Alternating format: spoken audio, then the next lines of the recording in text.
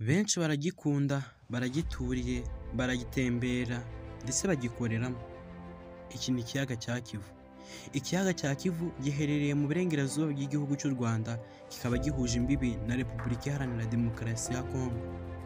Ikiyaga cya Kivu gikungahaye ku binyabitabire byinshi, urugero nka gazi metani. Ese waba warasobanukiwe impamvu harimo gazi metani? Ese waba uzi ikomoka cyangwa se inkomoko yayo? Waba uzi se umumaro wayo cyangwa se icyo ikoreshwa? Ibi byose ntucikuraze kubisobanukirwa. Ese wari uzi ko ikiyaga cya Kivu kirimo amoko y'amafi arenga 28?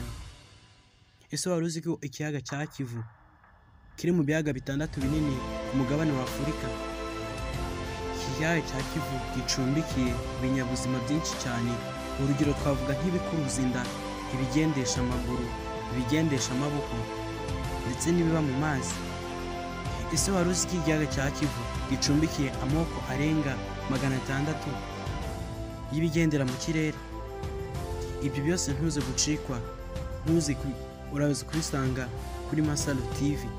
Turakurarikiraho utarakanda subscribe, kuyikanda, share ndetse na like, cyangwa se ukaduha igitekerezo cyawe muri comment.